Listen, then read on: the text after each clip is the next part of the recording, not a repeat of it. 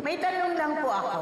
Ano po ang magagawa ninyo sa mga senior citizen?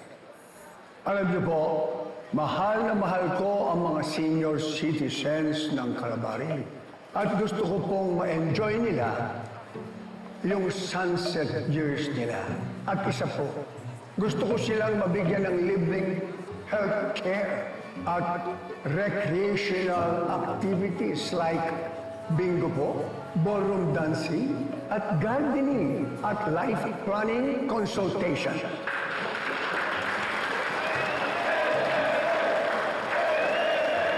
Bukod sa enjoyment, siguro dapat i-empower natin ang ating mga senior citizens. Sa isang nakikita kong problema nila ay yung age discrimination sa trabaho. Kung sakasakali mga ako papalarin, gagawa tayo ng programa o ordinansa para sa mga opisina at sa mga negosyo dito sa atin na i-hire ang ating mga senior citizens kahit na mga 4 to 5 hours man lang na trabaho.